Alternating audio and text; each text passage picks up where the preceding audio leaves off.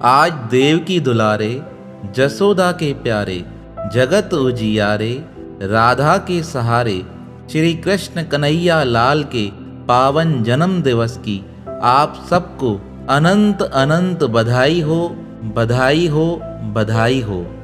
आज जन्माष्टमी के पावन पर्व पर हम भगवान श्री कृष्ण की अलौकिक कथा का वर्णन करने जा रहे हैं। देवकी माता के गर्भ से ही श्री कृष्ण का जन्म क्यों हुआ? दूसरी कथा है भगवान श्री कृष्ण के 6 भाइयों का वध दुष्ट कंस ने किस कारण से किया। तीसरी कथा है पूतना वध के रहस्य की। अब हम पहली कथा की ओर चलते हैं। भगवान श्री कृष्ण का कंस के कारागार में माँ देवकी के गर्भ से जन्म हो चुका है। भगवान को देखकर वसुदेव और माता देवकी बड़े प्रसन्न होने लगे, क्योंकि उन्हें पता चल गया था कि यही अष्टम पुत्र है जिसके लिए आकाशवाणी ने कहा था वह परमात्मा ही तुम्हारे पास अवतार लेकर आएंगे और इस दुष्ट कंस का वध करेंगे। पर जैसे ही भगवान को छोटे रूप में देखा, माता देवकी को रोना आ गया। वह भगवान को प्रार्थना कर कहने लगी, हे प्रभु, अभी तो आपने जन्म लिया है। अगर कंस इस समय कारागार में आ जाएगा तो आपका वध कर देगा। इस प्रकार माता देवकी को रोता देख भगवान विष्णु ने चतुर्भुज रूप धारण कर लिया।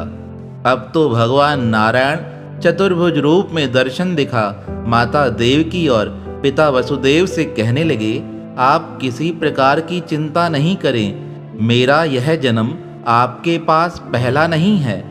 पहले भी मैं आपके पास 2 बार जन्म ले चुका हूँ। भगवान की यह वाणी सुन माता देवकी प्रसन्न हो कहने लगी, हे भगवान, आपने पहले मेरे पास किस प्रकार जन्म लिया है, मैं वह सारा वृतांत जानना चाहती हूँ। तब भगवान विष्णु प्रसन्न होकर बताने लगे, हे माँ देवकी, पहले स्वयंभू मनु में आप प्रश्नी माता के रूप में अवतरित हुई थी। उस समय मेरे पिता श्री वसुदेव सुतपा नाम के प्रजापति थे। तब आपको ब्रह्मा जी ने संतान उत्पन्न करने की आज्ञा दी। तब तुम लोगों ने इंद्रियों का दमन करके उत्कृष्ट तपस्या की। तुम दोनों ने वायु और घाम, शीत, उष्ण आदि काल के विभिन्न गुणों को सहन किया। तुम दोनों ने सूखे पत्ते खाकर देवताओं की 12,000 वर्षों तक मेरी घोर साधना की। तुम्हारी साधना पर प्रसन्न होकर मैं तुम्हें दर्शन देने आया। मेरे दर्शन को पाकर तुम दोनों बड़े प्रसन्न हो गए। तब मैंने तुमसे कहा, तुम्हें वरदान में क्या चाहिए? तब तुमने कहा, हमें आपके समान पुत्र चाहिए। तब मैं मन में विचार करने लगा, मेरे समान तो कोई पुत्र हो ही नहीं सकता। मेरे समान तो सिर्फ मैं ही हूँ। और शास्त्रों में ऐसा वर्णन आया है, अगर हम किसी को कोई वचन दे दें, उस वचन को अगर पूरा नहीं कर पाएं, तो उसके समान 3 गुना वस्तु का हमें दान करना चाहिए। तब मैंने मन में विचार किया, मेरे समान तो अन्य दुनिया में कोई है ही नहीं, इसलिए मैं 3 बार तुम्हारे पास जन्म लेकर आया था। पहले रूप में जब तुम प्रश्नी थी और मेरे पिता वसुदेव सुतपा थे, उस समय मैं प्रश्न गर्भ के रूप में आपके पास जन्म लेकर जगत में विख्यात हुआ।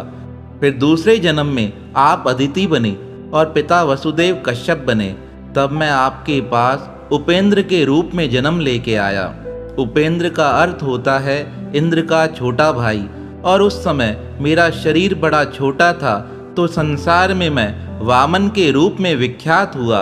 अब तीसरे जन्म में मैं श्री कृष्ण के रूप में आपके पास जन्म लेकर आया हूँ। भगवान की यह सारी वाणी सुन माता देव की बड़ी प्रसन्न हो गई। कहने लगी, हे भगवान, अभी आप छोटे रूप में हो, यह कंस आपको मार सकता है। तब भगवान पुनः कहने लगे, आप चिंता न करो, आपकी बेड़ियां स्वतः खुल जाएंगी। ऐसा कहते ही माता देवकी और पिता वसुदेव की हाथों में बंधी बेड़ियां खुल गई। भगवान विष्णु का आदेश मानकर अब तो वसुदेव श्री कृष्ण को एक टोकरी में बिठाकर नंद बाबा के घर छोड़कर आए और नंद बाबा के घर जन्मी एक कन्या को अपने साथ कारागार में लेकर आए। जैसे ही प्रातःकाल दुष्ट कंस को पता चला, देवकी ने बालक को जन्म दिया है, वह उस बालक को मारने के लिए कारागार में आया और जैसे ही उसने बालक को मारने का प्रयास किया, वह कन्या अपने आप कंस के हाथ से अदृश्य हो गई और जाते जाते कहकर गई, हे दुष्ट कंस, तुझे मारने वाला गोकुल में जन्म ले चुका है। उसकी यह वाणी सुन कंस बड़ा भयभीत हो गया। वह देवकी से पूछने लगा, तुमने मुझसे झूठ कहा है, यह तो कन्या थी। आकाशवाणी के अनुसार तुम्हारे पास तो पुत्र का जन्म होना था। तब वसुदेव हंसते हुए कहने लगे, यही तो परमात्मा की माया है, जिसका पार पाना साधारण मनुष्य के लिए संभव नहीं है। अब तो नंद बाबा के घर रहकर भगवान ने अनंत लीलाएं की। कहते हैं 11 वर्ष वृंदावन में रहने के पश्चात भगवान श्री कृष्ण कंस के बुलाने पर मथुरा आ गए और भगवान श्री कृष्ण ने अपने शक्ति के द्वारा कंस का वध करके भगवान श्री कृष्ण ने माता देवकी और पिता वसुदेव को उसके बंधन से मुक्त करा दिया। एक दिन माता देवकी रोते हुए श्री कृष्ण से कहने लगी, तुम तो पूर्ण पुरुषोत्तम परमात्मा हो, पर मुझे एक बात का दुख होता है, तुम्हारे 6 भाइयों का वध कंस ने क्यों किया था। तब एक अन्य पुराण के अनुसार भगवान श्री कृष्ण बताने लगे, मेरे जिन भाइयों का कंस के द्वारा वध हुआ था वह साधारण नहीं थे। वह 6 के 6 ब्रह्मा जी के पास देवताओं के रूप में रहते थे। वह ब्रह्मा जी की सेवा करते थे, पर सेवा करते करते उनके मन में बड़ा अभिमान आ गया था। अब उन्होंने भगवान ब्रह्मा जी की आज्ञा मानना भी बंद कर दिया था। एक दिन ब्रह्मा जी ने क्रोधित हो उनसे कहा, तुम्हारा अभिमान बढ़ गया है, तुम जड़ बुद्धि होने लगे हो, अब मैं तुम्हें श्राप देता हूँ, तुम राक्षस बनो। तब वह भयभीत होकर ब्रह्मा जी से क्षमा मांगते हुए कहने लगे, हमें माफ कीजिए, हमसे जो अपराध बन पड़ा है, हम भविष्य में कभी ऐसी गलती नहीं करेंगे। तब ब्रह्मा जी ने उन्हें प्रसन्न होकर कहा, मेरा वचन मिथ्या नहीं जा सकता है, तुम्हें राक्षसों के वंश में जन्म तो लेना ही पड़ेगा, पर वहां भी तुम्हारी बुद्धि भगवत भक्ति में जुड़ी रहेगी।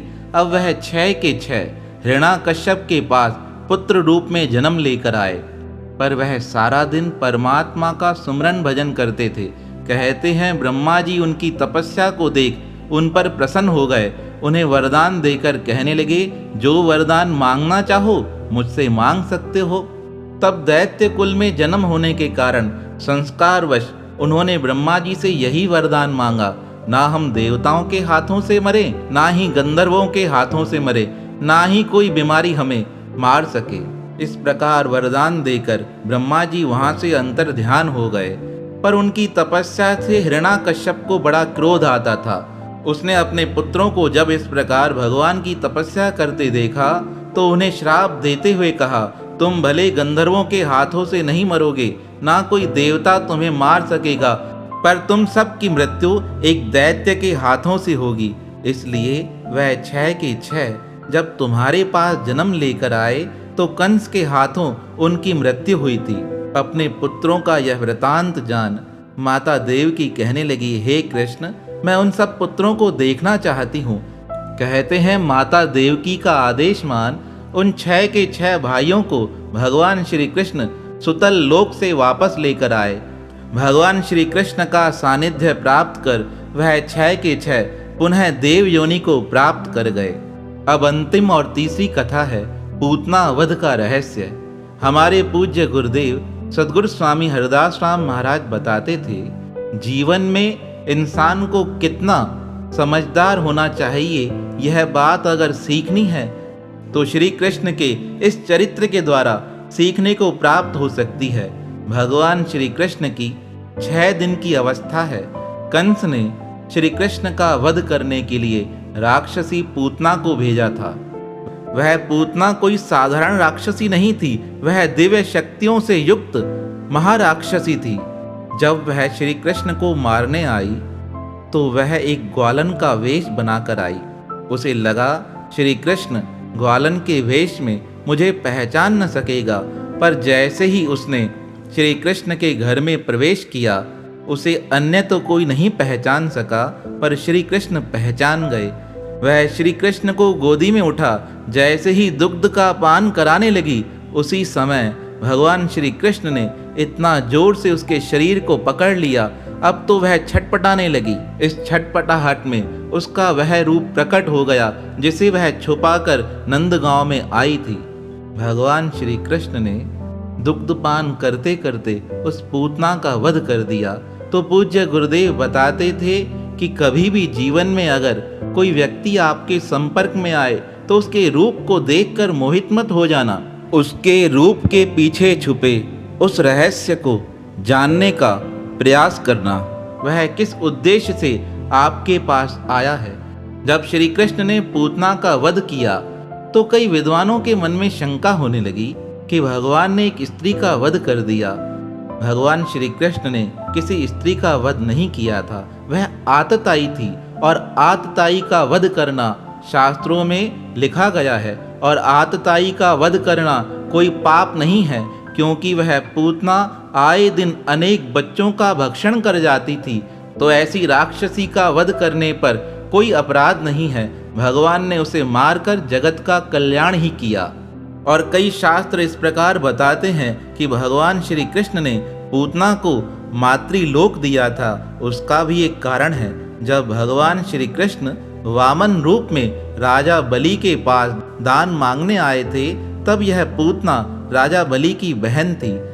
तब उसने भगवान वामन को देखकर मन में यह विचार किया था, काश यह बालक मेरा पुत्र होता। अब अंतर्यामी भगवान तो सबके मन की बात जानते हैं। उन्होंने मन से कहा तथास्तु। पर जब भगवान वामन ने 3 पग द्वारा राजा बलि का सर्वस्व हरण कर लिया, तब इसी पूतना ने मन ही मन यह कहा, अगर यह मेरा पुत्र बनेगा तो मैं इसे विष देकर मार दूंगी। तब भी भगवान ने यही कहा तथास्तु। पूतना के पूर्व जन्म के संकल्पों को भगवान श्री कृष्ण ने इस जन्म में पूर्ण किया। तो भगवान अपने भक्तों के हर संकल्प को पूर्ण करते हैं। इसलिए जब भी भगवान के समीप जाओ, शुभ संकल्प रख के जाओ, वह हमारी समस्त मनोकामनाओं को पूर्ण करने वाले होते हैं। तो आज का पावन दिवस, जिसे श्री कृष्ण जन्माष्टमी के नाम से जाना जाता है, वह हमारे जीवन में पुनः नया संदेश लेकर आया है। तो श्री कृष्ण के पावन जन्म दिवस की आप सबको बधाई हो, बधाई हो, बधाई हो।